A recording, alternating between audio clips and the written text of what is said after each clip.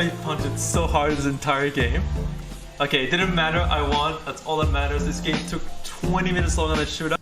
I made it! I did it! I did it! Oh shit! Fuck! Oh god! Actually, it's me, and you both voted for each other. Yeah.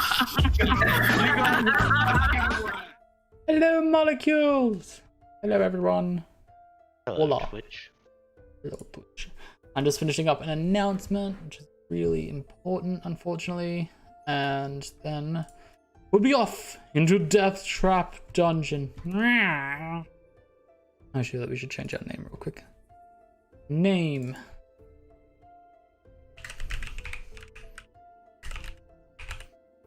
Deathtrap dungeon. That is like the worst way to change the size of the font. Yeah. Yeah.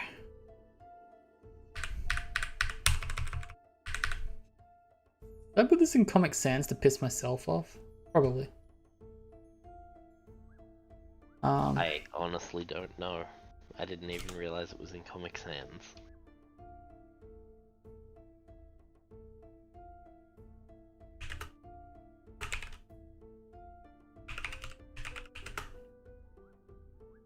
It sounds like something you would do.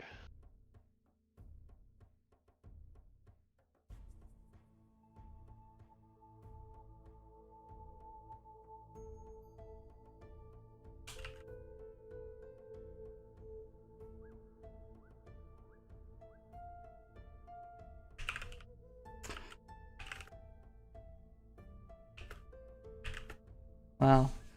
You want to pick up my keyboard tonight, don't you? Bloody microphone. I'm onto you. Filters.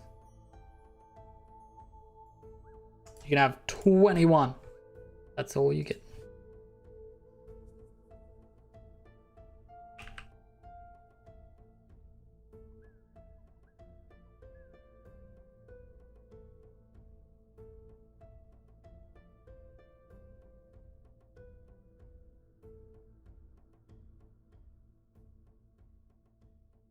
The two, no.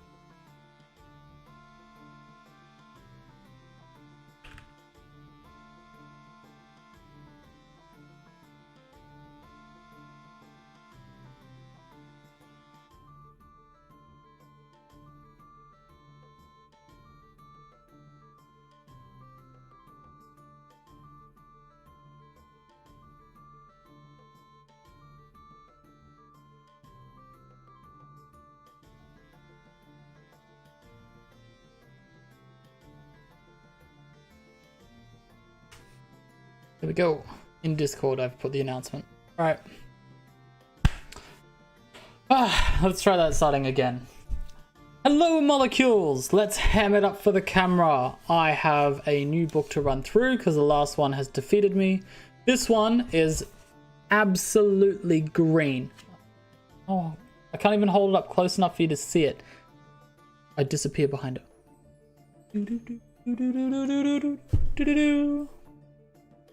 It is the same color as my green screen. It looks like I'm holding nothing. I'm a magician.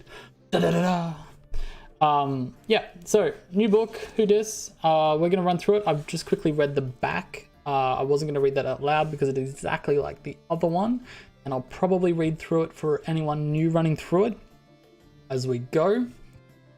Pop that there. I've got chat open here. Feel free to join in or give me tips because I suck at these evidently. The thing to note is we need to determine our skill, our stamina, and our luck. Sure. the right size. There we go. Okay, cool. All right. So. All right, so we determine our... here we go. We determine our skill by rolling 1d6. Row! All right, onto the screen.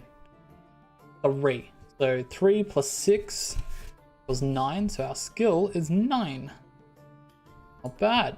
Pretty average. Get it? Because it's 3.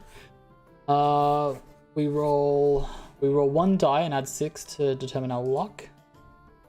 Whoa, that's a 6! Just on the screen. I'm counting it. Lucky sod.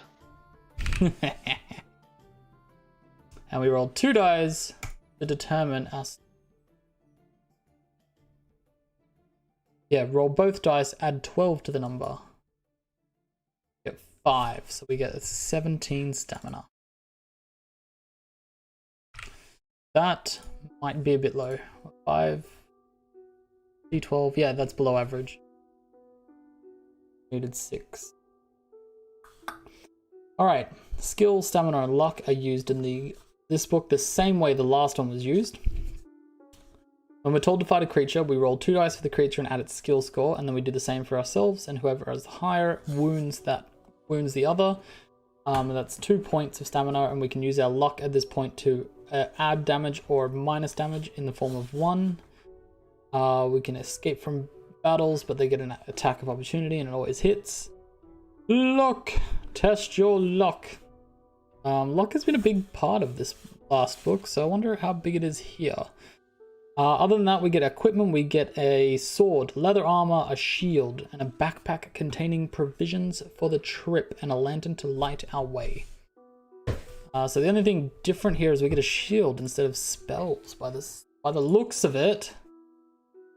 And we actually get something else, and I wonder. Go back to the other book and just see. Might have gotten an extra thing in the last book, and I've always skipped over it.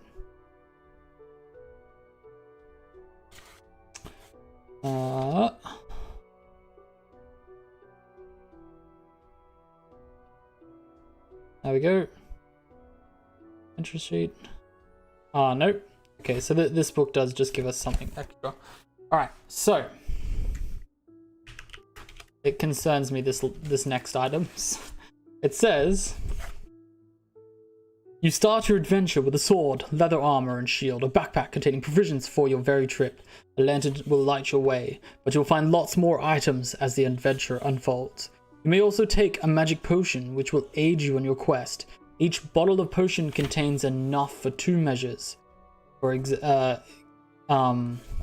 example, it can only be used twice during an adventure. Time you use it, make a note on your adventure sheet. Choose one of the following: a potion of skill, strength, or fortune. They restore skill, stamina, or luck, respectively. Potion may be taken at any time during the adventure. Taking a measure of potion will restore skill, stamina, and luck scores to their initial level. The potion of fortune will increase your initial luck score by 1 and restore luck to this new initial level. So we rolled really well for our luck, so let's bail on that idea and probably take skill. Just worried our skill's too low. Doesn't go up. Maybe stamina. Let's take the stamina potion. Potion of strength.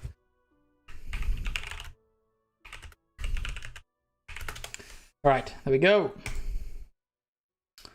Done. Hit to frame.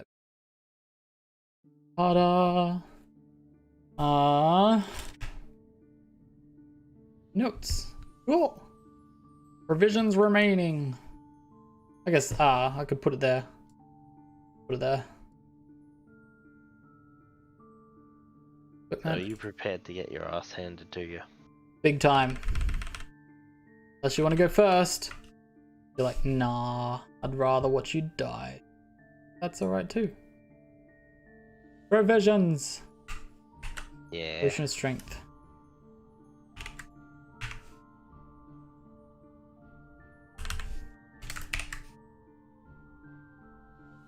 Whoa. Lock. Minimize. Do that. Oh my god. Fight the font. Done. You chose the font. It's your problem. Thanks, asshole. Oh, look, I'm putting this in provisions. There's a thing for potions right above it. Da da da. There we go. There we go. Alright, there. Okay.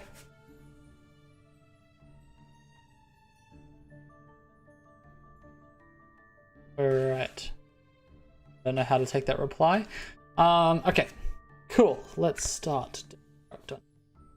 Here is what I can only surmise as the thing that will be killing us. Mostly. Yeah, probably. It has... Pause this stream for a moment and just counts eyes. 1, 2, 3, 4, 5, 6... 14, 15...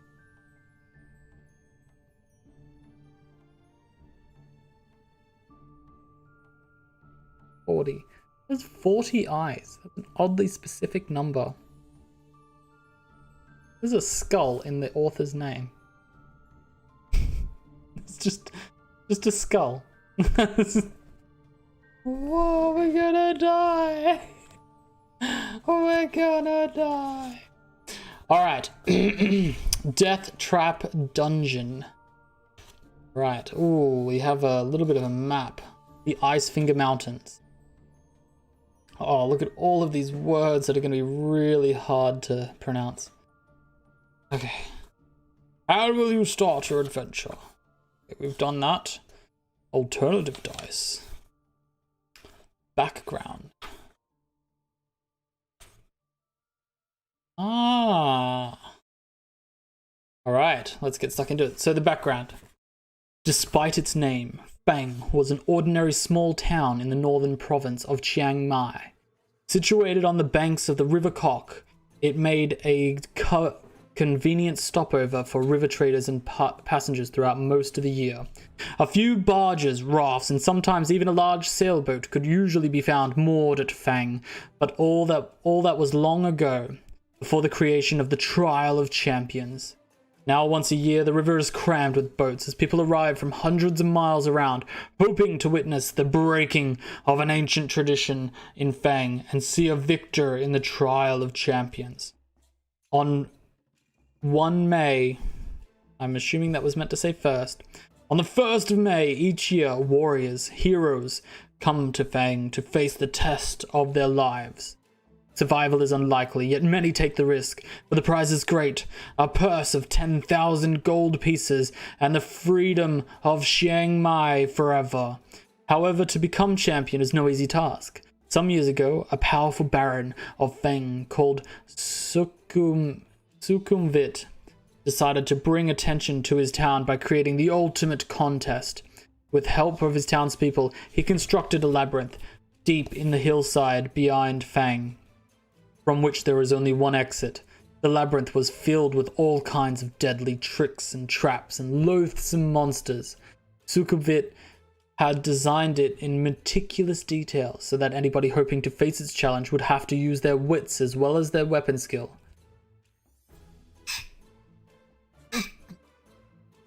Excuse me, apologize.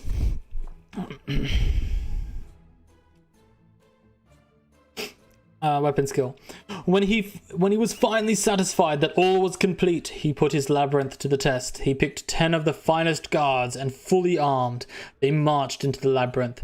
They were never seen again. The tale of the ill-fated guards soon spread throughout the land, and it was then that Sukhumvit announced the first Trial of Champions. Messengers and news sheets carried his challenge, 10,000 gold pieces and the freedom of Chiang Mai forever to any person surviving the perils of the Labyrinth of Fang. The first year, 17 brave warriors attempted the walk, as it later came to be known. Not one reappeared. As the years passed and the Trial of Champions continued, it attracted more and more challengers and spectators. Fang prospered and would prepare itself months in advance for the spectacle it hosted each May. The town would be decorated, tents erected, dining halls built, musicians, dancers, fire eaters, illusionists, and every sort of entertainer hired, and entries registered from hopeful individuals intent of making the walk. The last week of April found the people of Fang and its visitors in wild celebration.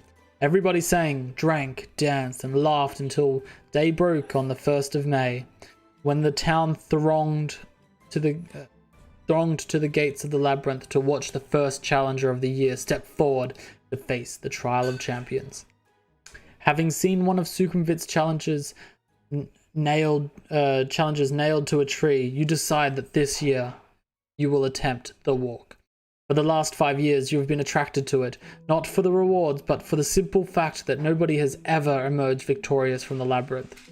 You intend to make this the year in which a champion is crowned. Gathering up a few belongings, you set off immediately. 2 days' walk takes you west to the coast, where you enter the cursed port Black Sand. Wasting no time in a city of thieves, you buy your passage on a small boat sailing north to where the River Cock meets the sea, and from where you raft up river for 4 days until finally you arrive in Fang. The trial begins in 3 days' time, and the town is in an almost hysterical mood of excitement. You register your entry with the officials and are given a violet scarf to tie around your arm, informing everyone of your status. For 3 days you enjoy Fang's greatest hospitality and are treated like a demigod. During the long merriment you almost forgot your purpose in Fang, but the evening before the trial, the magnitude of the task ahead begins to dominate your thoughts. Later, you are taken to a special guest house and shown to your room. There is a splendid 4-poster bed with satin sheets to help you rest. But there is little time left for sleep. Just before dawn, a trumpet call awakes you from your vivid dreams of flaming pits and giant black spiders. Minutes later, there is a knock on your door, and a man's voice rings out saying, "Your challenge begins soon. Please be ready, you leave in 10 minutes. Climb out of bed, walk over to the window and open the shutters. Already people are thronging the streets, moving quietly through the morning mists, spectators on their way to the labyrinth, no doubt hoping to find good vantage points from which to watch the competitors. You turn away and walk over to a wooden table on which your trusty sword lies. You pick it up and cut the air with a mighty sweep. Shink! Wondering what beasts its sharp edge may soon have to meet. Then you open the door into the corridor. A small man with slanted eyes greets you with a long bow as you emerge from your bedroom. "Please follow me," he says. He turns to his left and walks quickly towards the stairs at the end of the corridor. Leaving your guest house, he darts down narrow alleyways between houses, and you have to walk quickly to keep up with him. Soon you come to a wide dirt road lined with cheering crowds. When they see your violet scarf, they cheer even louder and start showering you with flowers. The long shadows cast by the people in front of you shrink as the bright yellow sun rises higher in the morning sky. Standing there in front of the noisy and vibrant crowd, you feel strangely alone, aware of your coming ordeal. Suddenly, you feel a tug on your shirt and see a small guide eagerly beckoning you to follow him. Ahead, you see a looming hillside and the dark mouth of a tunnel disappearing into its inner depths. As you get closer, you notice 2 great stone pillars on either side of this tunnel entrance. The pillars are covered with ornate carvings, writhing serpents, demon deities, each seeming to scream a silent warning to those who would pass beyond them. You see Baron Sukhumvit himself standing by the entrance, waiting to greet the contenders in the trial of champions. You count 5 others standing proudly in line, their violet scarves displayed for all to see. There are 2 bare-chested barbarians dressed in furs. They stand completely motionless, legs straight and slightly apart, arms thrust forward to rest on the hilts of their long double-headed battle axes. A sleek elven woman with golden hair and feline green eyes is adjusting the crossbelt of daggers wrapped around her leather tunic. Of the 2 remaining men, one is covered from head to foot in iron plate armor, with a plumed helmet and a crested shield. The other is cloaked in black robes, only his dark eyes showing between the swatches of his black-faced scarves. Long knives, a wire garrote, and other silent death weapons hang from his belt. The 5 contenders acknowledge your arrival with almost imperceptible nods of the head, and you turn to face the exultant crowd for one last time. Suddenly a hush falls over the crowd, and Baron Sukhumvit steps forward holding 6 bamboo sticks. You draw one from his outstretched hand and read the word 5th. Then the trial begins.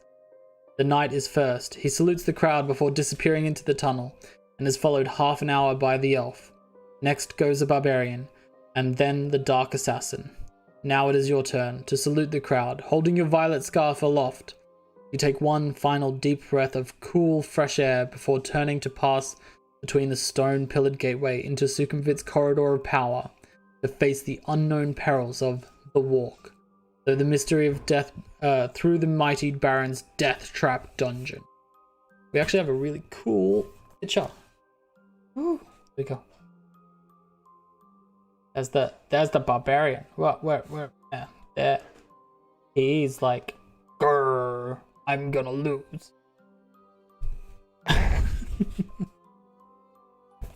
Alright, let's get stuck into it. That was your job, Benny. Sorry? I thought that was your job. To die? Hopefully I win. The clamour of excited spectators gradually fades behind you as you venture deep into the gloom of the cavern tunnel. Large crystals hang from the tunnel roof at 20-meter intervals, radiating a soft light, just enough for you to see your way. As your eyes gradually become accustomed to the near darkness, you begin to see movement all around. Spiders and beetles crawling up and down the chiseled walls, disappearing quickly into cracks and crevices as they sense your approach. Rats and mice scurry along the floor ahead of you. Droplets of water drip into small pools with an eerie plopping sound, which echoes down the tunnel. The air is cold, moist, and dank. After walking slowly along the tunnel for about 5 minutes, you arrive at a stone table, standing against the wall to your left. On it, there are 6 boxes, one of which has your name painted on its lid. If you wish to open the box, turn to 270. If you prefer to continue walking north, turn to 60. Let's open the box. What's in the box? Box is a mimic and tries to eat you. I hope so. The lid of the box lifts off easily. Inside you find 2 gold pieces and a note written on a small piece of parchment addressed to you. After placing the gold in your pocket, you read the message which says, "Well done. At least you have the sense to stop and take advantage of the token aid given to you.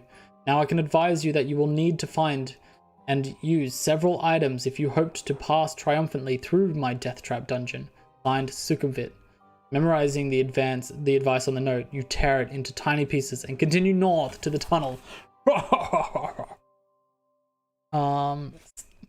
Didn't give us a number, it just said several, but we got 2 gold pieces.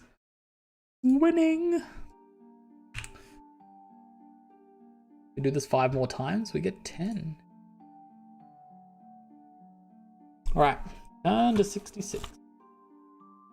Why would you ignore that? I guess it is eerie, right? After walking down the tunnel for a few minutes, you come to a junction. A white arrow painted on one wall points west. On the floor you can see wet footprints made by those who entered before you. It's hard to be sure, but it looks as though 3 of them followed the direction of the arrow, while 1 decided to go east. If you wish to head west, turn to 293. If you wish to head east, turn to 119. Road less traveled, or do we go on? Let's go west. 293. Let's follow the other people. Hey, good. Following the 3 sets of wet footprints along the west passage of the tunnel, you soon arrive at a junction. If you wish to continue west following 2 sets of footprints, turn to 137. If you wish to head north following the 3rd set of footprints, 387. Keep following the road. 137. Page flicking simulator. Walking along the tunnel, you are surprised to see a large iron bell hanging down from the ceiling. If you wish to ring the bell, turn to 220. If you would rather walk around it and continue west, turn to 362. Let's ring it. 220. Let's poke the bear. A dull bong sounds from the bell like a death toll. Everything around you starts to vibrate, and you grit your teeth as your head too starts to shudder. The whole body is trembling, and you fall to the floor. You quiver and shake, writhing convulsively on the floor as the vibrations intensify. Lose 2 skill points and 2 stamina points. Search desperately for a way to stop the bell. Fuck. Didn't have much skill. Good God. Alright. That's not good. Get good. Scream as loud as I can, or try to deaden the bell with your boot.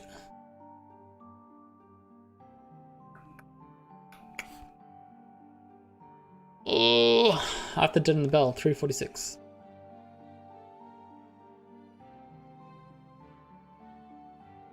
You pull your boot off. You pull your boot off your foot and force yourself to reach up and hold it against the bell. Slowly, the bell stops vibrating, and the pain in your body gradually eases. You manage to stand up, but you do not release your boot from the bell until it becomes completely still. You put your boot back on your foot and then continue your journey west. 362. The tunnel veers sharply to the right and continues north for as far as you can see. You hear a tremendous commotion in the distance, growling and snarling and howling. You draw your sword and set off in the direction of the noise. 4. Wanna find a fight after the bell? Ahead in the dim light, you see 2 hobgoblins fighting, punching and kicking each other furiously. There is a leather bag lying on the floor, and it seems to be that they're fighting over it. Will you try to talk to them, attack them with your sword, or try to slip by them unnoticed? Try to talk to them. 130. I walk up to them and say, "Why can't we be friends?" Want me to go to 130, right? Yeah, try to talk to them. 130. Yeah. The hobgoblins stop their fight immediately. They do not understand what you were saying and snarl at you viciously. Then they draw their short swords and run forwards to attack you. Fight them one at a time. First hobgoblin has the same skill as me. Fuck. Alright. First hobgoblin. Roll. It's 7 plus 4 is 11, and I get... Okay, I hit it. There's a stamina of 5, so he's on 3. Hobgoblin rolls 10. I roll a 13. Sick. He's on 1. Roll for the hobgoblin. Oh. Roll for me. Oh, take a hit. Stamina. 13. Roll for the hobgoblin. Oof. Roll for me.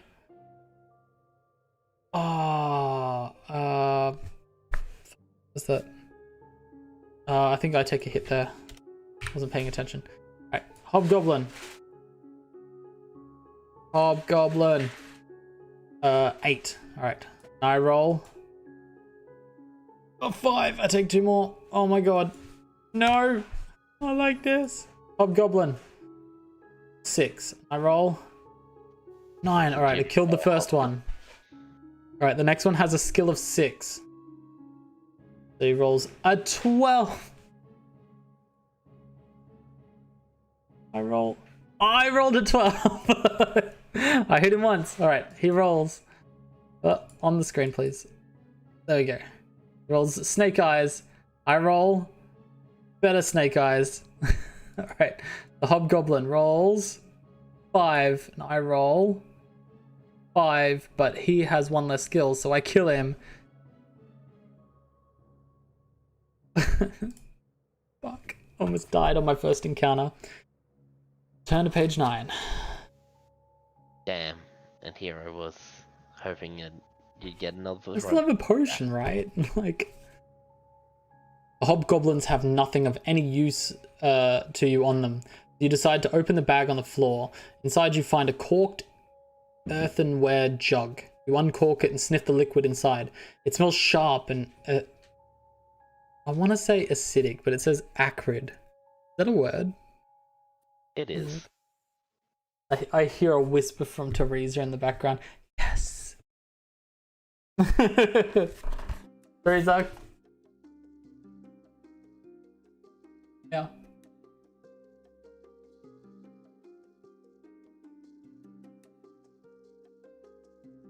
Oh. Would I please have an apple juice? No. If you wish to drink some of the liquid, turn to 158. If you wish to dip a piece of cloth in it, turn to 375. Drink it. You're not playing, Trass. I do not wish to drink it. Dip a piece of cloth in it, 375.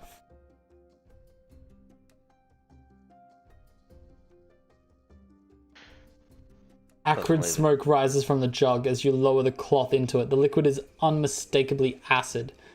You recork the jug and place it in your backpack, hoping it may be of use later. You sheath your sword and press northwards. You should have bastard. checked it. Why? Funny. No. What do you value? Equipment, or we'll put it in provisions. Actually, no, we're gonna put it in equipment. Grass waves to the bot. The bot doesn't wave because it is dead. I don't know. I need to get the login details for it. Why'd you kill the bot this time? Sorry? Kill the bot this time. I have no idea. So we have an earthen. Is that how it's earthen? Jug. Acid. Done. Basically, it's a clay jug full of acid. Yeah. No, I got that. Alright, we press onwards, 110. Alright. The tunnel soon takes another sharp right turn. Following it east, you arrive at a strange obstruction. A line of 12 wooden poles across the tunnel. They are fixed to the walls, about half a meter off the floor, and spaced a meter apart. If you wish to step between the poles, turn to 58. If you wish to walk across the top of the poles, turn to 223. What's this like? A line of 12 wooden poles across the tunnel. Fixed to the walls. How do you walk across them? You have to like climb up onto them? You go from pole to pole. But it says to walk across the top of them, right? Like these are sitting half a meter off the ground. Yeah, you climb to the top of one and you just walk across them. Oh. Think about it. I guess I'm thinking of like a large wooden pole. Let's walk across them. 223. Imagination. Oh. Yes. Why I bought this book. You step confidently on the first pole and stride across to the next. As you land on the third pole, it immediately releases a shower of sharp splinters, each several centimeters long. Lose 2 luck points. They fly out in all directions at great speed, and you cannot avoid being hit. Roll 2 dice for the number of splinters that sink into your flesh. Thank you. Each one reduces your stamina by 1 point. If you are still alive, you manage to scramble over to the remaining poles and sit down. The painful task of removing the splinters from your body. After resting for a while, you set off east. Fuck it. Okay, so I gotta roll 2 dice. And Roll hope 2 you get dice for the one number that- of splinters that hit me. Snake eyes, let's go. Oh, 7. Oh! Go to 2 stamina. Ah. I'm gonna drink one of my potions. I was on 17, right? Yes. I lose 2 luck. 10. Wow, this book's a lot harder. My god. Oh, and I need to mark down the use. Potions. We have use.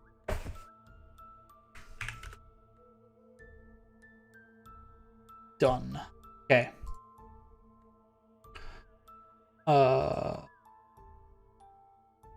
313. Good god. Okay. Well, I'm doing great. My computer audio is funky as fuck tonight. So got the Discord for audio, thankfully. Oh, is it funky on Twitch, Benny? I do apologize if it's been funky. Twitch seems fine. Okay, cool. Alright. It's my computer end. Even with my games, it's off. Okay, no worries. Alright. The tunnel ends at a junction. The footprints you have been following turn north and you decide to stay with them. Turn to 32.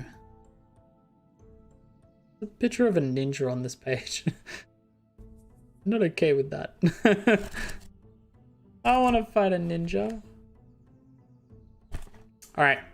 You soon come to another junction in the tunnel. One branch leads east, but the wet footprints you have been following continue north. Do you decide to follow their trail? No! Wait. Oh, we do. Damn it. 37. The passage opens into a wide cavern which is darker but much drier. Ahead you see footprints gradually fade, then disappear. There is a large idol in the center of the cavern. Standing approximately 6 meters high, it has jeweled eyes. One as big as your fist. There are two giant stuffed bird-like creatures standing on either side of the idol. If you wish to climb the idol to take the jewels, turn to 351. If you wish to walk through the cavern to the tunnel of the opposite wall, turn to 239. Here's the picture it gave me. I am a statue. I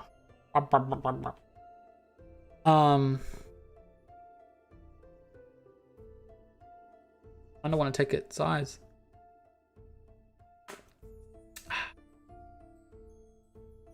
Alright. Well, let's take its size. 351. What's the worst that could happen?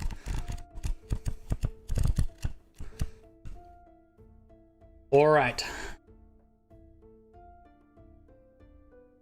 The idol is very smooth and will be difficult to climb. Do you have any rope? If you do not, turn here. I do not. 186, do I? No, I don't.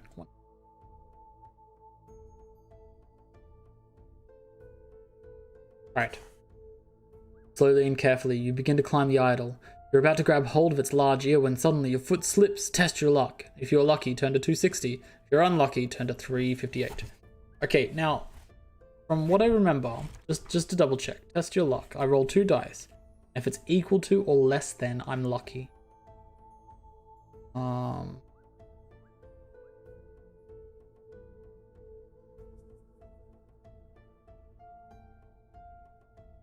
Sometimes you'll be told to test your luck, as you will discover using lucky is risky. Roll 2 dice. If the rolled number is equal to or less than your current luck score, you've been lucky. Yep, okay, cool. Alright, so we need to roll 10 or less. We rolled a 7. Hell yeah! And I believe we lower our luck by 1 point regardless. Correct? If you've been lucky, if the number rolled higher is blah blah blah. Each time you test your luck. Does it say 12? 12 each time you test your luck. Why does it say 12? You must subtract 1 point from your luck score. The more you rely on luck, the riskier it becomes. Okay. We are lucky, 260.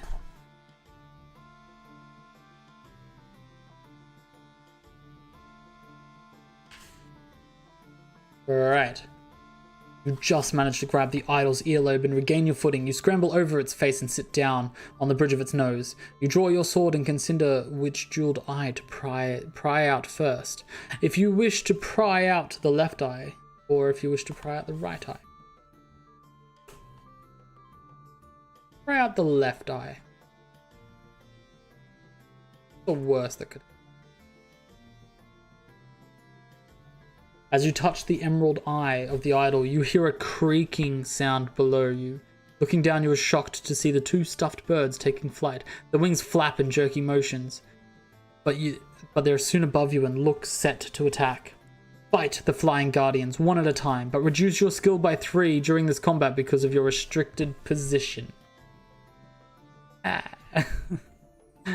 The first flying guardian has a skill of 7.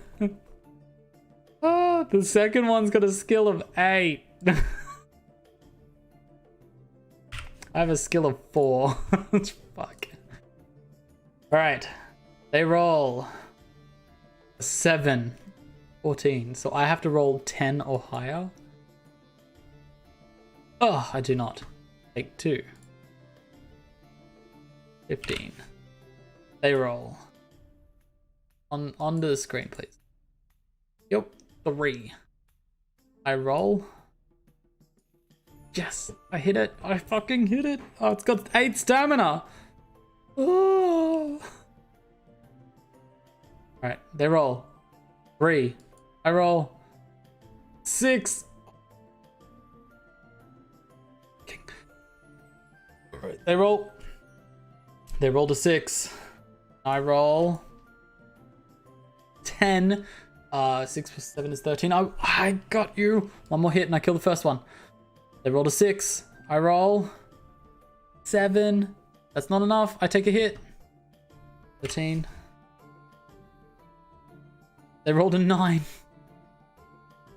I get hit again. No. 4. Okay, and I get...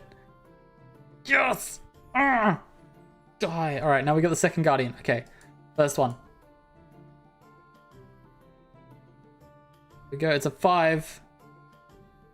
We get 10. 5 is 13. Okay, we hit it. One more. They rolled a 6. We rolled a 9. That's not enough, right? They rolled a 6, so that's 14. We rolled a 9. Is 13? They hit me. Not good. They rolled a 4. I roll a 3. Oh. And here we have a classic example of Benny being terrible at combat. Rude.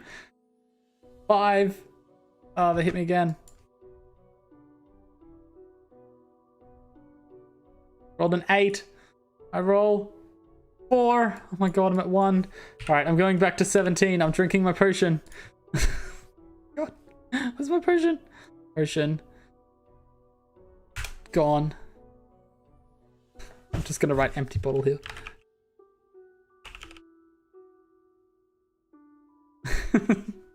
Not good. Not good. Okay, they rolled a 6. Alright, and I roll 7. That's not enough. Take 2 points. I don't think I can kill this thing. Okay, they rolled 6. Rolled, not on screen. There we go. 7. We take another hit. 15. All hail the pain. They subscribed for 8 months in a row. Oh my All god. hail the pan. Get it All right. hail the pan. We're almost dead. All hail the pan. 6. Then I roll. It's a fucking 2. Like, that's on screen, and I could be like, no, it doesn't say it, but it actually has like a display where I can see it. Oh, hold on. I'm taking one more hit. Let me give you a Discord link. Hold on. Invite. Edit. Cover. No limit. Generate. Copy. X. Here is a Discord link. All hail the pan. Would you like to run through this after I'm dead? Seems like I might die soon. What I'd ask now. Alright, hold on. Okay. We're just they roll 10. Oh, hit me again. Alright, 9. Alright. Come on, onto the screen. Okay, they rolled an 8. I rolled an 11. 8 plus 8 is 16. 11 plus 4 is 15. They still hit me. Right, go. They rolled a 12. So I rolled an 8. Go to 5. Right. They rolled a 5. I rolled a 5. They hit me again. Guys, I think I'm dead. Onto the screen, please. They rolled snake eyes. Yes! We've only hit them once. We have to hit them 3 more times. I rolled a 7. I hit them. They rolled the snake eyes again. Oh, I just made it. Okay, one more. They rolled a 4. Okay, what do I have to roll higher then? So 4 plus 8 is 12. So I need to roll an 8 or higher. 12, alright. Take a hit. Alright, we're on 1 HP. Alright, you ready? Let's on the screen, please. Alright, that's them. They rolled an 8, so 8 and 8 is 16. Okay. 16, so we need to roll plus 4 is 16. I need to roll double 6s right now. Oh my god, we're so dead. Oh, we're dead. And so our adventurer dies in Deathtrap dungeon. Alright, okay, let's reset. Let's see if someone wants to play. If not, all hail the pan, or if anyone else watching. Or sounds as though my partner might be free.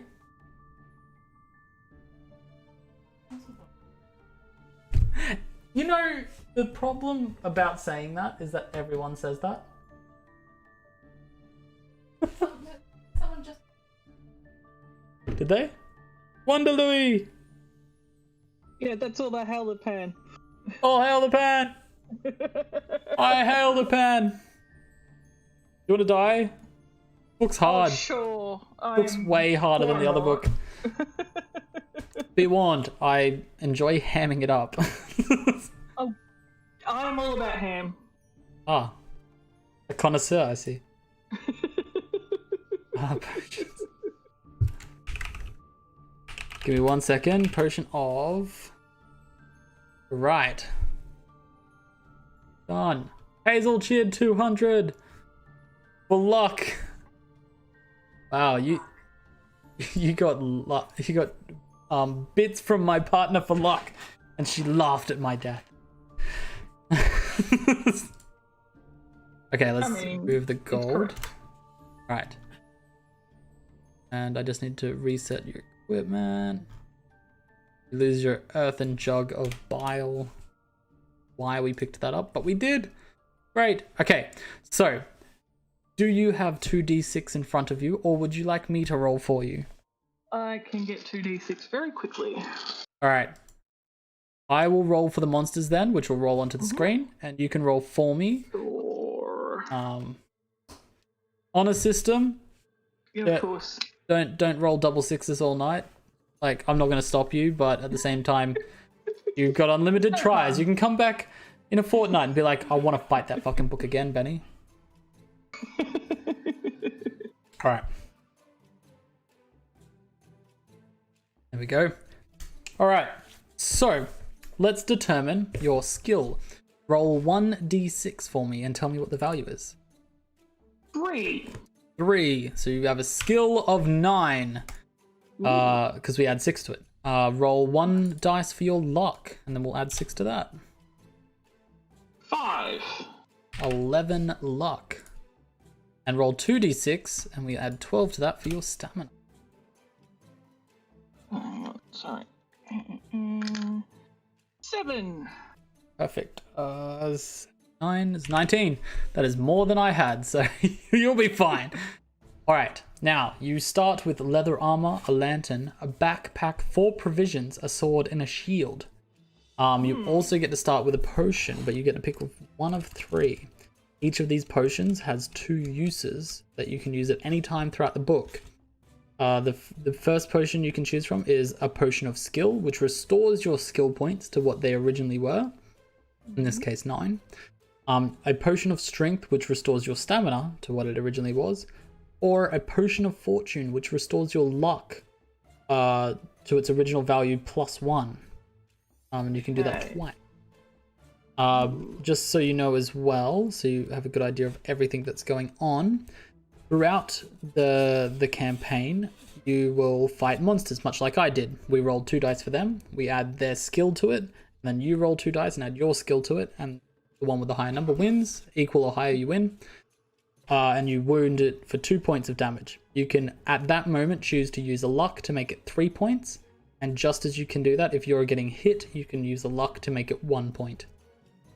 I don't know if that's something I should be doing more often, but I've not really done it, personally. Whenever you test your luck, if you are lucky or if you're unlucky, either way, we remove a point of luck for testing your luck. Okay. But yeah, so which potion would you like? I think, seeing as my skill is the worst, let's get the potion of skill. Potion of skill.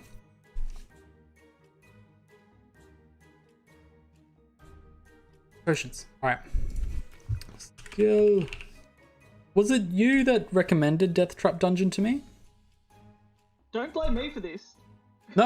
I'm curious. I got recommended this book ages ago, and I was just trying to remember who recommended it to me because I went and found it on Amazon. Got it and was like, yes! And then I was like, oh my god. I was going to keep doing Citadel of Chaos until we beat it, but I got over reading it every fortnight because no one can beat the book. Hazel's like, don't blame me. Okay. Alright. So, were you here for the background? Because I can read that again for you if you like. No, I was not. I Alright. subbed as soon as I came in, so I've got no idea what's going on. Alright, well, have yourself a drink ready and sit back and I will take you through this. Despite its name, Feng was an ordinary small town in the northern province of Chiang Mai. Situated at the banks of the River Kok, it made a convenient stopover for river traders and passengers throughout most of the year. A few barges and rafts, and sometimes even a large sailboat could usually be found moored at Feng. But all that was long ago, before the creation of the Trial of Champions. Now, once a year, the river is crammed with boats and people arriving from hundreds of miles around, hoping to witness the breaking of an ancient tradition in Fang to see the victor of the Trial of Champions. On the 1st of May each year, warriors and heroes come to Fang to face the test of their lives. Survival is unlikely, yet many take the risk, for the prize is great. A purse of 10,000 gold pieces and the freedom of Chiang Mai forever. However, to become champion is no easy task. Some years ago, a powerful baron of Fang called Sukhumvit decided to bring attention to his town by creating the ultimate contest. With the help of the townspeople, he constructed a labyrinth deep in the hillside behind Fang, from which there was only one exit. The labyrinth was filled with all kinds of deadly tricks and traps and loathsome monsters. Sukhumvit had designed it meticulous detail so that anyone hoping to face its challenges would have to use their wits and their weapon skill. When he is finally satisfied that all was complete, he put his labyrinth to the test. He picked 10 of his finest guards, and fully armed, they marched into the labyrinth. They were never seen again.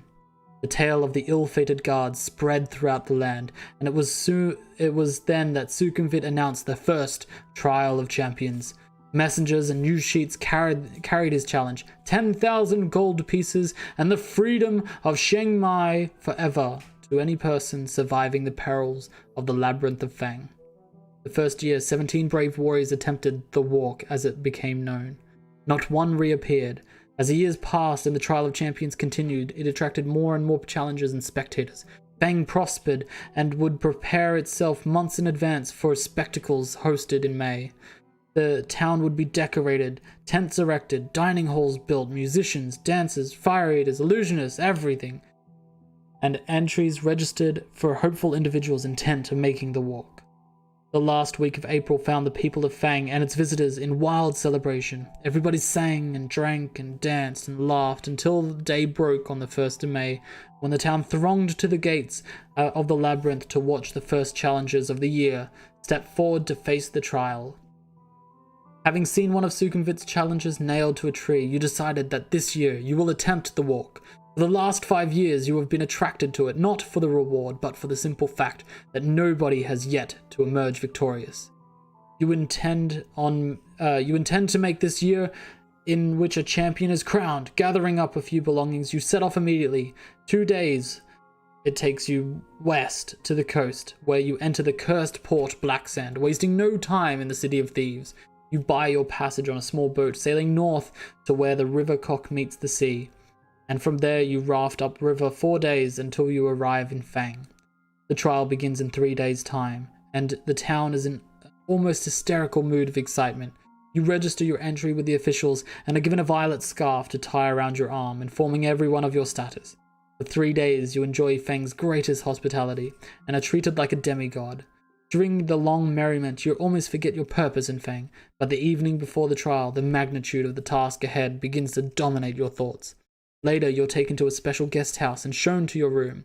There is a splendid 4-poster bed with satin sheets to help you rest. But there is little time left to sleep. Just before dawn, a trumpet call awakes you from vivid dreams of flaming pits and giant black spiders. Minutes later, there's a knock on the door, and a man's voice rings out saying, "Your challenge begins soon. Please be ready to leave in 10 minutes. You climb out of bed and walk over to the window, open the shutters. Already people are thronging the streets, moving quietly through the morning mists, spectators on their way to the labyrinth, no doubt hoping to find good vantage points from which to watch the competitors. You turn away and walk over to a wooden table on which your trusty sword lies. You pick it up and cut the air with a mighty sweep, wondering what beast its sharp edge may have to meet. Then you open the door into the corridor, and a small man with slanted eyes greets you with a long bow as you emerge from your bedroom. "Please, follow me," he says. He turns to his left and walks quickly towards the stairs and the end of the corridor. Leaving your guest house, he darts down narrow alleyways. Between houses, you have to walk quickly to keep up with him. Soon you come to a wide dirt road lined with cheering crowds. When they see your violet scarf, they cheer even louder and start showering you with flowers. The long shadows cast by the people in front of you shrink as the bright yellow sun rises higher in the morning sky. Standing there in front of the noisy and vibrant crowd, you feel strangely alone, aware of your coming ordeal. Suddenly, you feel a tug at your shirt, and a small guide eagerly beckons you to follow him. Ahead, you see the looming hillside and the dark mouth of a tunnel disappearing into its inner depths. As you get closer, you notice 2 great stone pillars on either side of the tunnel entrance. The pillars are covered with ornate carvings, writhing serpents, demons, deities, each seeming to scream a silent warning to those who would pass beyond them. You see Baron Sukhumvit himself standing by the entrance, waiting to greet the contenders in the Trial of Champions. You count 5 others standing proudly in line, their violet scarves displayed for all to see. There are 2 bare-chested barbarians dressed in furs. They stand completely motionless, legs straight and slightly apart, arms thrust forward and to rest on the hilts of their long double-headed battle axes. A sleek, elven woman with golden hair and feline green eyes is adjusting the cross-belt of daggers wrapped around her leather tunic. Of the 2 remaining men, one is covered from head to foot in iron plate armor, with a plumed helmet and a crested shield. The other is cloaked in black robes, only his dark eyes showing between the swatches of black face scarves. Long knives, a wire garrote, and other silent death weapons hang from his belt. The 5 contenders acknowledge your arrival with almost imperceptible nods of the head, and you turn to face the exalted crowd for one last time. Suddenly, a hush falls over the crowd as Baron Sukhumvit steps forward holding 6 bamboo sticks. You draw one from his outstretched hand and read the word 5th. Then the trial begins. The knight is first. He salutes the crowd before disappearing into the tunnel and is followed half an hour by the elf. Next goes the barbarian, and then the dark assassin. Now it is your turn to salute the crowd. Holding your violet scarf aloft, you take one final deep breath of cool, fresh air before turning to pass between the stone-pillared gateway into Sukhumvit's corridor of power, to face unknown perils on the walk through the mighty Baron's Deathtrap dungeon. Bum bum bum bum! And the book starts. Your adventure awaits, hero. Stay a while and listen. Okay. The clamor of the excited spectators gradually fades behind you as you venture deep into the gloom of the cavern tunnel. Large crystals hang from the tunnel roof at 20-meter intervals, radiating a soft light just enough for you to see your way. As your eyes gradually become accustomed to the near darkness, you begin to see movement all around, spiders and beetles crawling up and down the chiseled walls, disappearing quickly into cracks and crevices as they sense your approach. Rats and mice scurry along the floor ahead of you, droplets of water dripping in small pools with an eerie drip sound which echoes down the tunnel. The air is cold, moist, and dank. After walking slowly along the tunnel for about 5 minutes, you arrive at a stone table standing against the wall to your left. On it, there are 6 boxes, one of which has your name printed on its lid. If you wish to open the box, turn to 270. If you prefer to continue walking north, turn to 66. What would you like to do? Come on, what is in the box? What's in the I have box? to know. I did the same thing. Uh-oh. The lid of the box lifts off easily. Inside you find 2 gold pieces and a note written on a small piece of parchment addressed to you. After placing the gold in your pocket, you read the message which says, "Well done. At least you have the sense to stop and take advantage of token aid given to you. Now I can advise you that you will need to find and use several items in the hope to pass triumphantly through my Deathtrap dungeon. Signed, Sucumvit." Memorizing the advice on the note, you tear it into tiny pieces and continue north along the tunnel. You did it! You got 2 gold pieces and something that says you need items to get through the tunnel. Shock, horror, awe. Alright. Yeah, I was kind of glad that wasn't like a trap. I would have been like, come on. Yes, this is allegedly a book for children, but you know. Allegedly. After walking down the tunnel for a few minutes, you come to a junction. A white arrow painted on one wall points west. On the floor you can see wet footprints made by those who entered before you. It is hard to be sure, but it looks as though 3 of them followed the direction of the arrow, while 1 decided to go east. If you wish to head west, you can. If you wish to head east, you can. So 3 people went west and 1 person went east. And there is a white arrow pointing west. I reckon we go east. You want to go east? Alright. Yep. Our paths have officially diverged. Ahead, you can see a large obstruction on the tunnel floor. Although it is too dark to make out exactly what it is, the wet footprints you have been following carry on towards the obstruction. If you want to continue east, you can. If you would rather go back to the junction and head west, you can. Good lord, keep going east. Yeah? Yep. Alright. You see that the obstruction is a large, brown, boulder-like object. You touch it with your hand and are surprised to find that it is soft and spongy. If you wish to try and climb over it, you can. If you wish to slice it open with your sword, you can. Ooh. I think we try and poke it with our sword. That seems like the hero thing to do. Shoo. Wait, not that kind of sword. Damn. The sword easily pierces the thin outer casing of the giant spore ball. A thick brown cloud of spores bursts out of the ball and envelops you. Some of the spores stick to your skin and start to itch terribly. Great lumps come up on your face and arms, and your skin feels as though it's on fire. Lose 2 stamina points. Frantically scratching your itching lumps, you step over the now deflated spore ball and head east. Oh no. But look, that could have been a lot worse. It could have been a lot worse. I was expecting some sort of creature that I just stabbed, so you know. Hazel says gross. Okay, so we turn to 13. Ball. Okay. The tunnel makes a sudden turn to the left and heads north as far as you can see. The footprints you are following start to peter out as the tunnel becomes gradually drier. Soon you are beyond the dripping roof and the pools of the floor. You notice the air becoming hotter, and you find yourself panting even though you are walking quite slowly. In a small recesses on the left-hand wall, you see a section of bamboo standing on its end.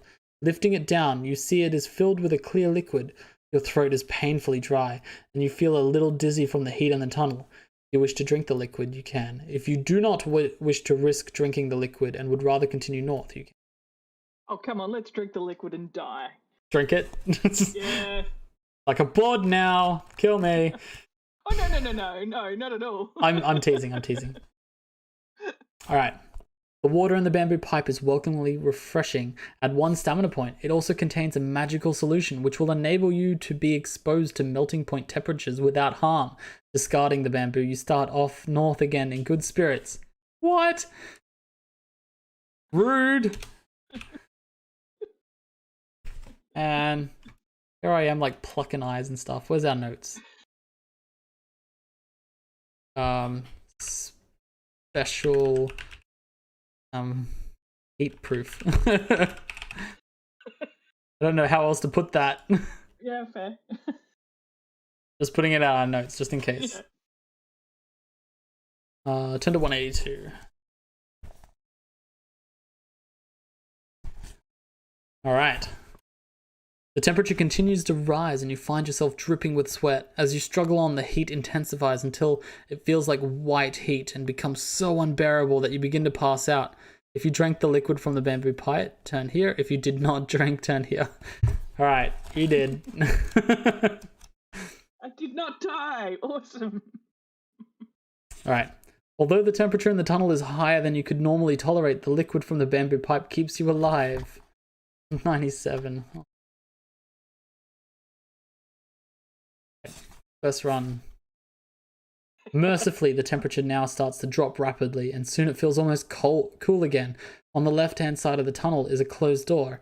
It has a small iron plate in it, which might possibly slide open. Will you try to open the door, try to slide the iron plate, or continue north up the tunnel? Oh, let's try and slide this plate. That sounds like fun. Slide the plate. 156.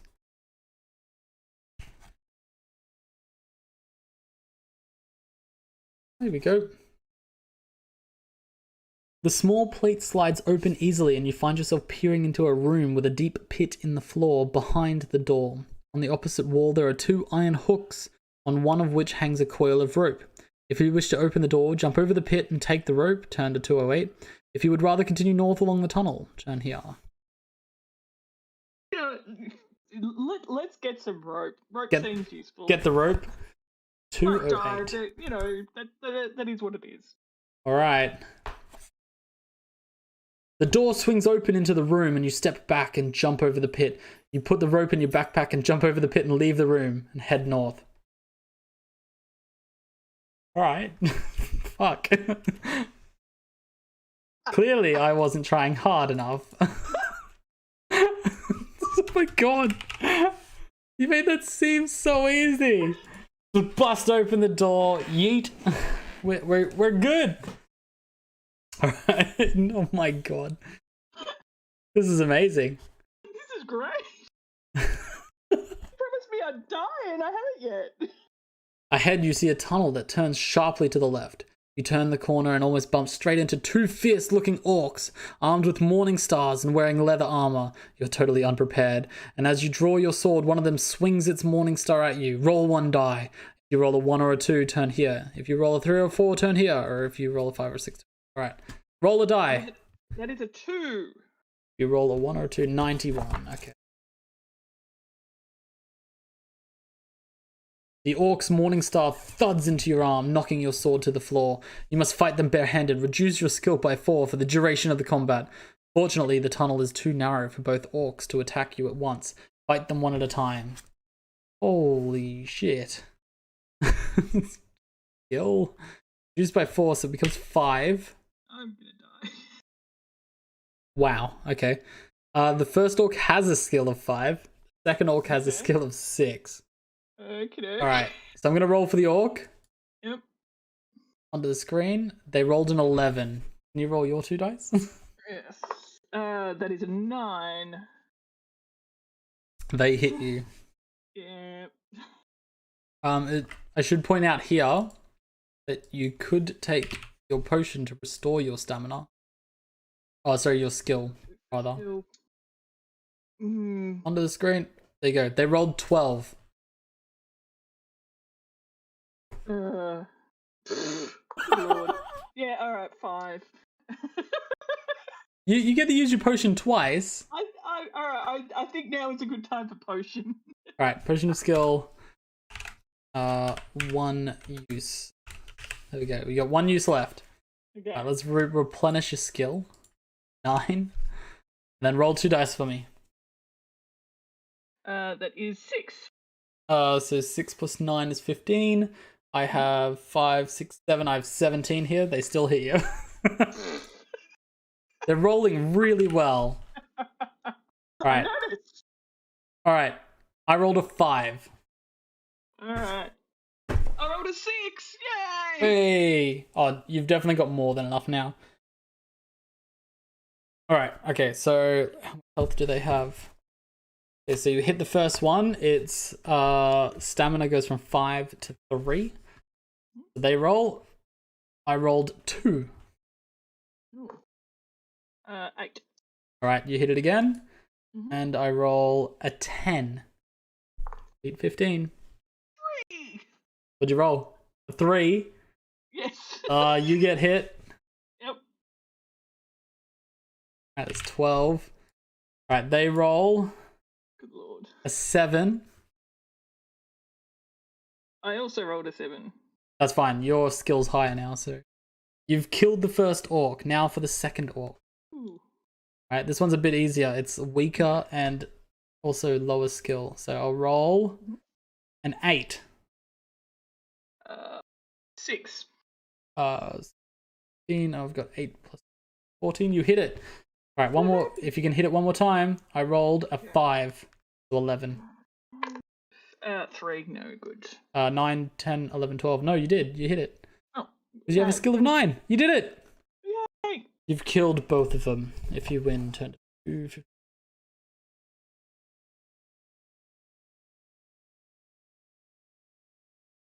Wow, that was brutal. Yeah. Yep. Inside one of the orc's pockets, you find 1 gold piece and a hollow wooden tube. You put your findings in your backpack and set off west. Oh. Okay, a hollow wooden tube and 1 gold piece. Okay.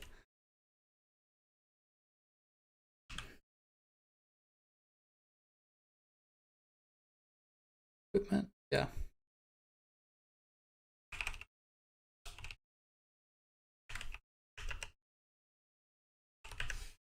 All right.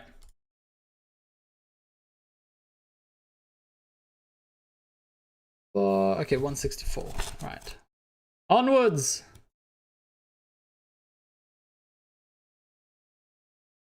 I really feel like this one luck. As you walk along, droplets of water again start falling from the tunnel ceiling. You see wet footprints made by the same boots you followed earlier. Heading west, the footprints lead to a closed iron door in the right-hand wall of the tunnel, but do not seem to go any further. If you wish to open the door, you can. If you would rather keep going west, you can. Oh no, we're gonna open that door. Follow him in? Yeah, I've got a tube now. I I cannot. can bop him on the head. The door opens into a large chamber where you are shocked to see one of your rivals. We've been following them. Who has obviously met a... Oh, okay. Sorry, I should have kept reading. You're shocked to see because they've obviously met a sudden gory death. I'm an idiot, don't worry. Okay. It is one of the barbarians, and he is impaled on several long iron spikes, which are fixed to the frame that has sprung out of the floor. A lot of rubbish and debris litter the floor, concealing a hidden tripwire, which he must have stepped on and thus released the spiked frame, in which the far wall is an alcove. In the far wall is an alcove, in which you can see a silver goblet standing on a small wooden table. Will you walk over to search the barbarian, walk towards the alcove, or close the door and continue west? I think I will search the barbarian first. 6. Now we're grave robbing. Horse robbing, really? I only just died. It's still good. It's still good. The pouch on the barbarian's belt is empty apart from some strange-looking dried meat wrapped in a cloth. Will you eat the dried meat, or leave the meat and walk over to the alcove, if you have not done so already, or leave the chamber and head west? Let's go to the alcove. I don't need meat. You don't want to eat it? Right. It's Or- barbarian meat. It's probably made out of barbarians. Hazel says, random meat. Right, let's head over to the alcove. You walk slowly over to the alcove, checking carefully the floor for any more hidden traps. You see that the goblet contains a sparkling red liquid. Will you drink the red liquid, leave the goblet and walk back to search the barbarian if you haven't already, or leave the chamber? Oh, I am gonna drink that liquid. Straight up. 98. I mean, it was hidden by like a bunch of like spikes. Lifting the goblet releases a sprung catch, and a dart shoots out of the wooden table leg. Test your luck. If you're lucky, go here. If you're unlucky. All right. So you have to roll 2 dice. Yep. And that needs to be an 11 or lower on 2 dice. That makes you lucky. Sure. That is a 9. Did it. Alright, your luck goes down to 10, and you have been lucky. Alright. 105. There we go. Your reflexes are sharp, and you quickly jump aside. The dart whistles past you, only just missing you, and thuds into the opposite wall. You see the goblet lying on the floor and the red liquid running away in rivulets over the grey stone. At least the goblet may be of use. So you put it in your backpack. If you have not done so already, you may walk back to and search the barbarians, otherwise continue. So you've got a silver goblet. Yep. Equipment. Open in notes. Silver goblet. Done. Alright. Let's west. Alright, we can't follow the barbarian's footprints. Passage soon leads to a junction. You notice more footprints on the floor, possibly as many as 3 pairs, heading north from the south passage. You decide to follow them. Turn to 37.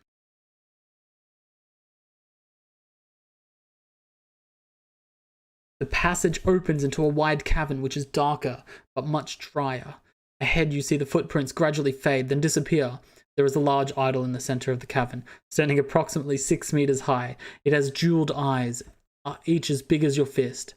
There are 2 giant stuffed bird-like creatures standing on either side of the idol. If you wish to climb the idol to take the jewels, you can. If you wish to walk through the cavern to the tunnel in the opposite wall, you can. Well, if I've learned anything, it's never ever pry the eyes out of an enormous idol, because you will die. So let's keep going. That is how I died. That is exactly how I died. Not much farther down the tunnel, you come to a closed door on your left. Putting your ear to the door, you listen intently but hear nothing. If you wish to open the door, you can. If you wish to keep walking north, you can. Oh, we're going to open that door. Ooh, I want to know what's in there. Blast it down. 102. You enter a room which is small and completely empty. As soon as you're inside, the door slams shut behind you. Suddenly, a voice booms out of nowhere, shouting, "Welcome to Deathtrap Dungeon, the ingenious killer labyrinth of my master. Adventurer, I trust you will pay your respects to my master by shouting out his name. Will you shout, 'Hail Sukhumvit,' or 'Sukhumvit is a worm'?" I would. Look, let's be polite. We are in his house. Let's be nice about it. It says, "Hail Sukhumvit." Yep. Right. Oh my god. Once again, the mysterious voice calls out, only this time its tone is full of contempt and derision. "So, we have a sniveling weed in our midst, do we?" sneers the voice. "My master has a special gift for you, loathsome creep." Suddenly, water... Did I flick to the right one? 102, right? Hail Sukhumvit. Okay, yeah, we did. Alright, sure. Suddenly, water starts pouring into the room through a hole in the ceiling. It soon rises above your ankles, and there is no apparent way of escape. You wade back to the door. It's firmly locked, but in desperation, you try to ramming it with your shoulder. Roll 2 dice. If the total is the same as or less than your skill, turn here. If the total is greater than your skill, turn here. Roll 2 dice. It is absolutely less than my skill. That is a 4. Alright. Same or less, turn here. So 178.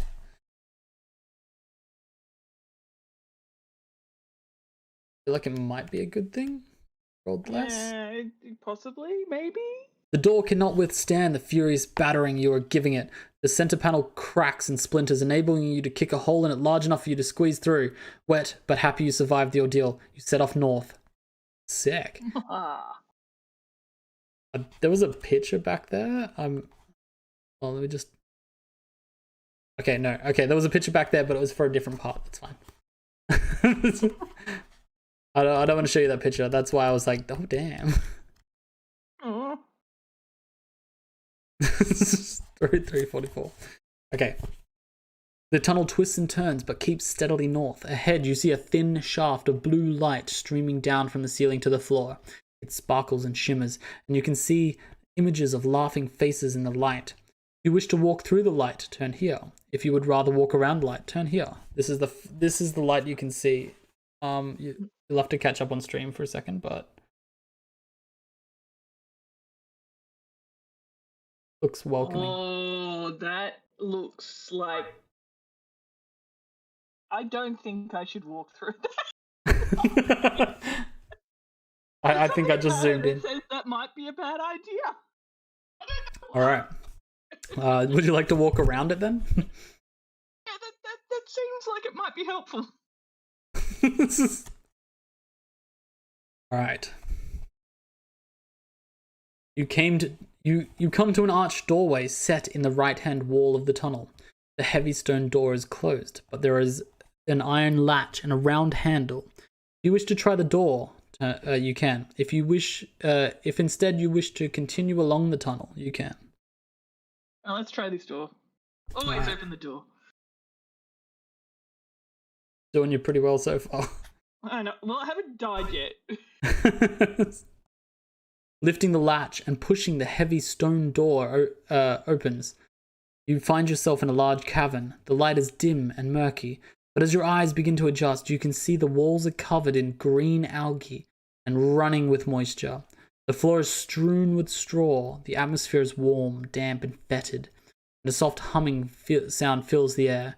You step gingerly through the straw towards the corner of the cavern, where there appears to be a shallow pit.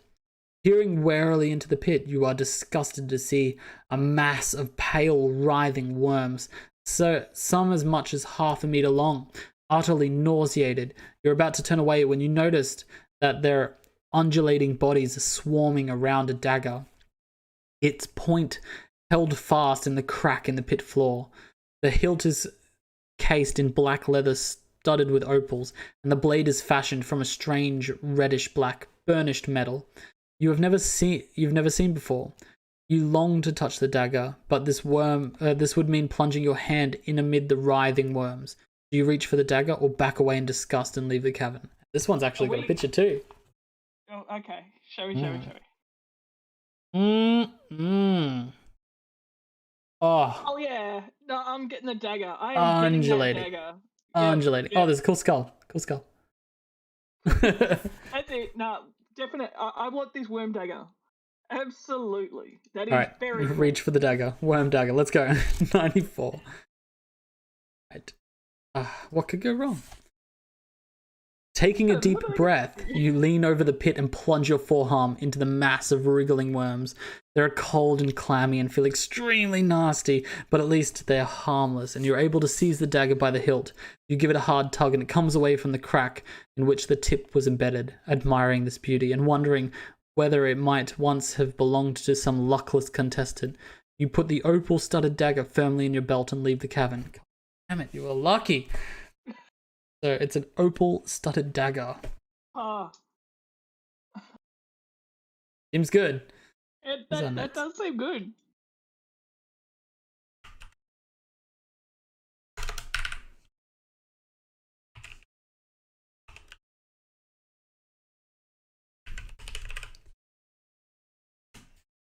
There we go. Right. Hey, I haven't survived yet. How are you still alive? I don't know. I honestly don't. It'll be next here. As you make your way back to the doorway, the buzzing sound increases in intensity. As you look around desperately to discover where it is coming from, glancing up in the nick of time, you see a huge and grotesque black shape of a giant fly emerging from the recess high up in the cavern wall. As it gets closer, you realize that it is at least 1.5 meters long. Its opaque wings vibrating, making the sickening buzzing noise you can hear, and its 6 black hairy legs are poised to grasp your body. Below its multifaceted eyes is a long, shiny black proboscis, which darts in and out venomously. You have stolen the giant's fly treasure from a brood of maggots, and you must take the consequences. Test your luck. If you are lucky, you can. Yeah. So test your luck. So roll 2 dice, and you need to roll a 10 or lower. That is a 6. Hey. All right. Let's lower your luck by 1 to 9.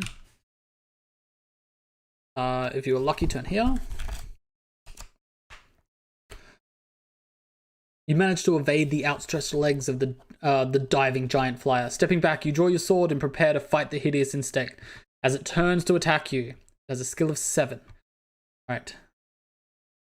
If we win, we can go here. Or you can choose to escape by running back into the tunnel to head north. You can escape at any time, but you take 2 damage guaranteed. Okay. Do you want to fight it?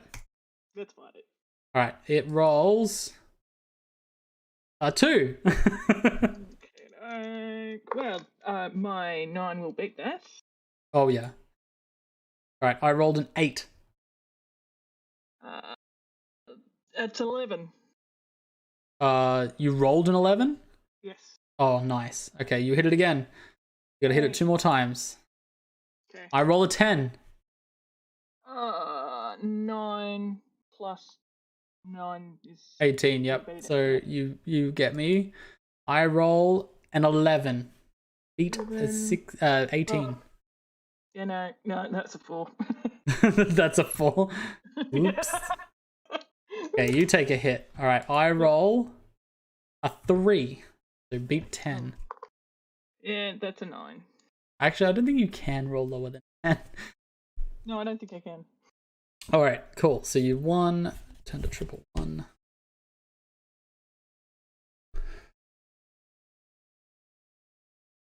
Killed a fly in its own home in front of all of its children. How do you feel? Actually, really good. I hate flies. Nice. All right. Well, we've got that on record. It's all good. You wipe the vile yellow, slime from the blade of your sword and walk quickly to the door, back into the tunnel, and head north to 67. But now you have a dagger. Oh no.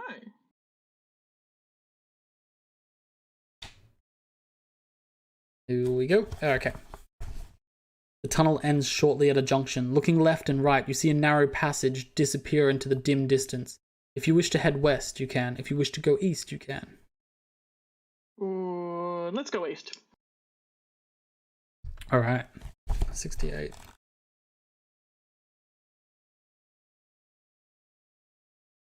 You walk down the passage and soon find yourself standing at the edge of a deep, dark pit. The passage continues east on the other side of the pit. You think you could probably jump over the pit, but you are not sure. There is a rope hanging down from the ceiling over the center of the pit. Will you throw your shield over the pit and jump after it? Jump over the pit carrying all your possessions, or reach for the rope with your sword to enable you to swing across the pit?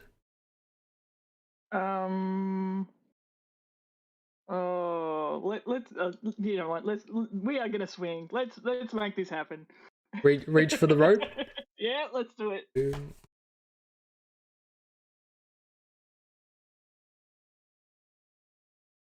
can hear my puppy snoring. Oh.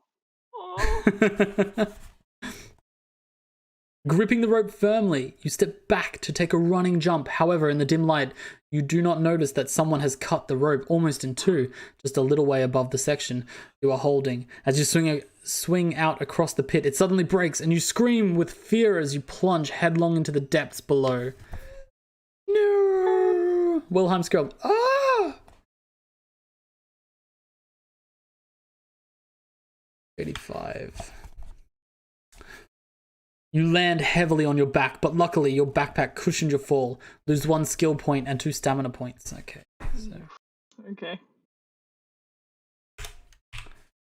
done and stamina. You're an 8. Oof. Hazel says, "Yay, not dead." Yeah, which is what I was expecting. So, you know.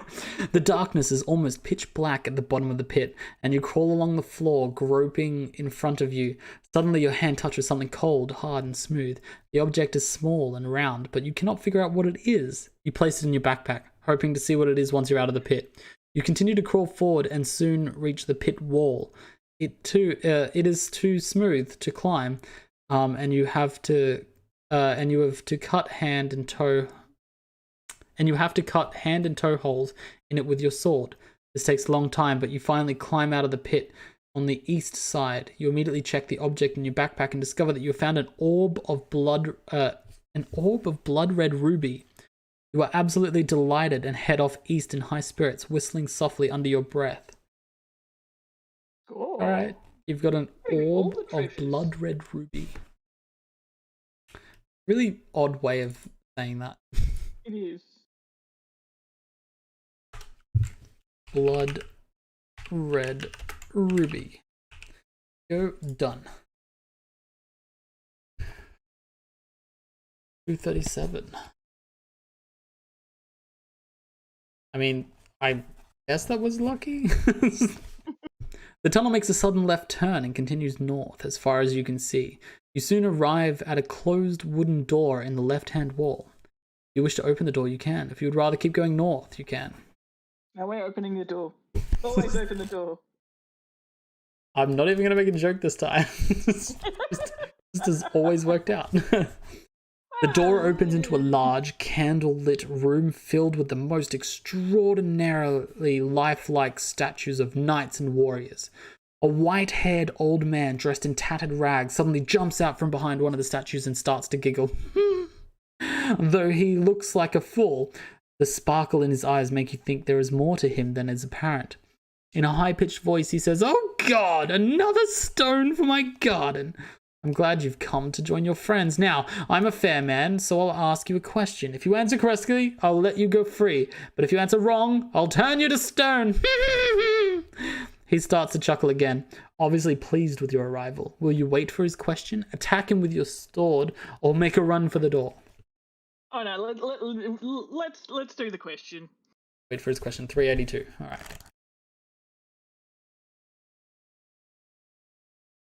Probably multiple choice, right? That's easy. Ooh. The old man points at one of his statues, and you recognize it immediately. It is the knight who started the trial of champions.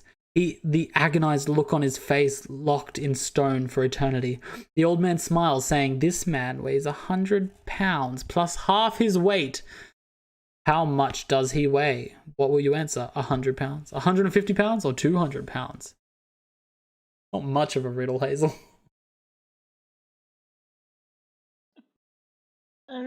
This man weighs 100 pounds plus half his weight. That's 150. You want to say 150? Oh, no, it's not. But fuck it, let's go. Sorry. No. Hold on. So, like, we can masticate on this problem, right? So, the word for word, what it says is the old man smiles, saying, "This man weighs 100 pounds plus half his weight. How much does he weigh?"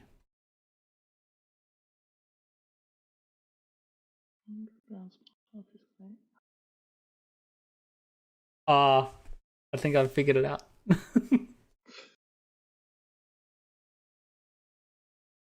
Oh yeah, no, it's 200.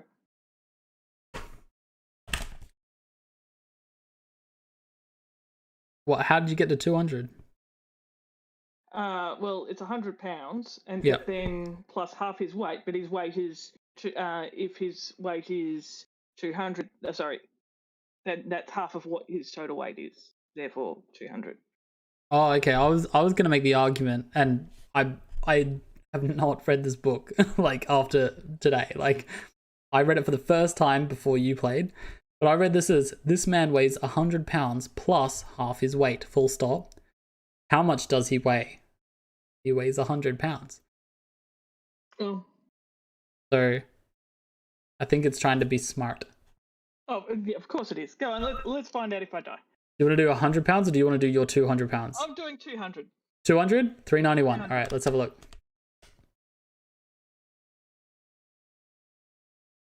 Still smiling, the old man looks at you and says, "Well done, stranger. You've answered correctly. I wish you good fortune." How the fuck? Hold on. Okay, so explain your thing again. I just want to hear this. So, is 100 pounds plus half of his weight. Therefore, his weight has to be double 100. Why? 100 pounds plus half his weight. 200 is 100. So, in order to be 100 plus half of his weight, because So half of 100 his pounds weight, if he was half his weight? No, hang on. 100 pounds plus half his weight. So hang on. If it was 150, right? Yeah. 100 pounds plus half of his weight would be 75. So it'd be like 100 plus 50, but 50 is not half of the total. Oh, okay. I see what you're going for. Ah, you big brained it, and I just can't see it. Ah, okay. All right. You got me. I wish you good fortune during the rest of the Trial of Champions, and to this end I shall increase your powers. He then mutters a few more unintelligible words, and you feel a power surge soar through your body. Add 1 to each of your skill, stamina, and luck scores. You bid the old man farewell and leave his room to continue north along the passage. That is some mind-bogglingly bullshit. I'm like 20. How old am I? I'm 28 years old, and that did not make sense to me. So obviously, the extra decade I have on you has worked out well. Then, essentially, rub it in, why don't ya? I can do terrible maths problems now. Like you said, this book was for children. I No. I feel so stupid right now. I thought it was 100. I thought he was like, full stop. How much does he weigh? I said he weighs 100. Only a few meters further down the passage, you see another closed door in the left-hand wall. The letter X is scratched into its center panel. Putting your ear to the door, you listen intently but can't hear anything. If you wish to open the door, you can. If you would rather keep walking north, you can. Open the door. Open the door. We are opening the door. Open the door. Get on the floor. Everybody walk the dime. The door opens into a large room. One. Oh my god. Thanks, Hazel. Alright. You look around the room and see nothing of interest apart from an alcove in the west wall and a stone chair. In the middle of the room, sitting in the chair is a skeleton of an armed warrior, possibly a contestant from years gone by. The skeletal figure of its right hand are gripped around a piece of parchment. If you wish to take the parchment from the skeleton, you can. If you would rather walk over to the alcove, you can. There's a picture. Oh yeah, let's have a picture.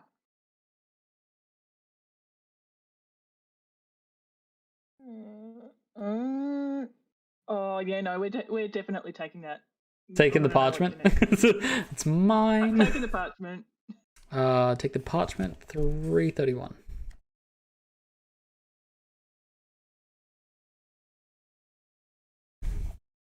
Touching the parchment has precisely the effect you had feared. The skeleton lunges forward and rises from its chair in a series of jerking movements.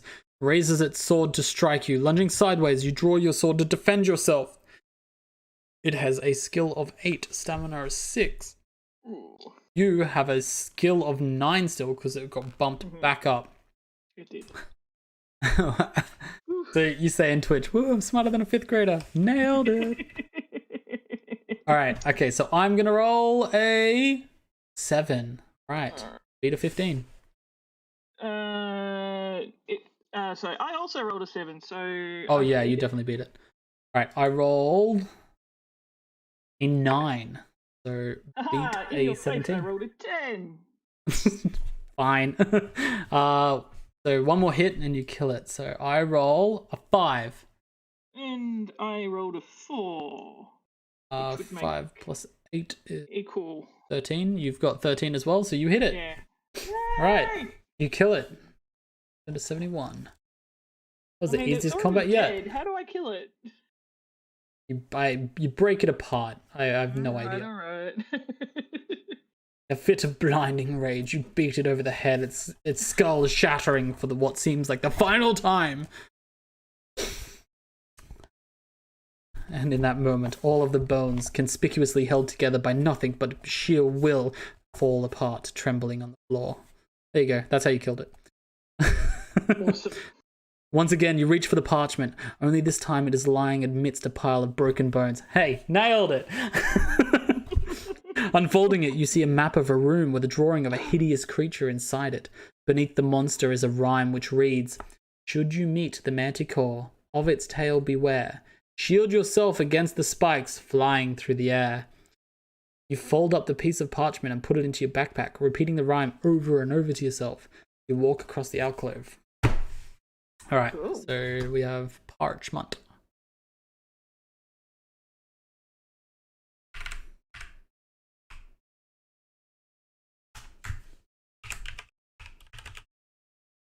Done. Alright. Doo-doo-doo-doo. Right. At the back of the alcove are some steps leading down into a cellar. Cobwebs brush your face as you descend. The cellar ceiling is quite low, and the floor is strewn with rubbish and debris. In the middle of the wall opposite you is an archway which leads into another crystal-lit tunnel. There are large mushrooms growing on the rubbish to your right. If you wish to step through the archway, you can. If you wish to stop and eat some of the mushrooms, you can. Oh. I feel like eating the mushrooms is a bad time, but I'm gonna eat the mushrooms because I have to. It's the rules. I don't make the rules. Who's making these rules? You break off a large piece of the mushroom and bite into it eagerly. Immediately your stomach feels bloated and you can even see it beginning to bulge below your belt. Your whole body starts to expand, bursting out of your clothes with a loud ripping sound. You grow bigger and bigger, and soon your face is pressed against the ceiling. The mushrooms you've eaten are much sought after by wizards for their growth potions. But to you, they're the spell of doom. You're too large to leave the cellar, and your adventure ends here. You died.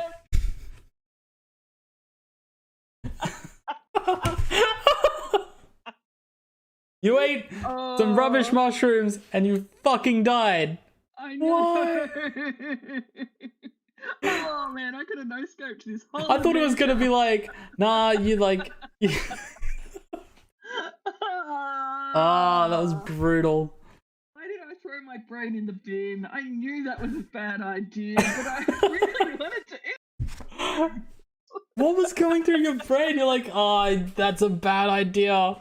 Oh, what was going through my brain is, so I'm a DM and one of my party members is obsessed, like his in character is obsessed with these in-game purple mushrooms, and I just could not face the thought of telling him about this without actually eating the mushrooms. So yeah, that's what was going through my head. Oh, all right. Well, okay. You outlasted anyone who's read that book so far, which has just been. But you made it quite further than I was expecting, so I'm gonna call it there. For anyone who is watching or is gonna watch this back, I am going to be back again in 2 weeks' time to read the same book again. I think we'll do it in week, and then I'll go to another one because I still have City of Thieves. But even if I'm stuck reading it by myself in two weeks, I've got a good idea now. Right? I've got some tips, some tricks, and I know where the blood red opal is. Thanks heaps for joining us, Louis. Or all hail the pan! All hail the pan! Here, I'll salute you in Twitch chat. That was an absolute blast. I enjoy hamming it up. I've come to really just get into it. Quite enjoy it. This up. Let's go raid someone and get out of here for tonight, so everyone can have the rest of the night. It's almost 10. No audio. No.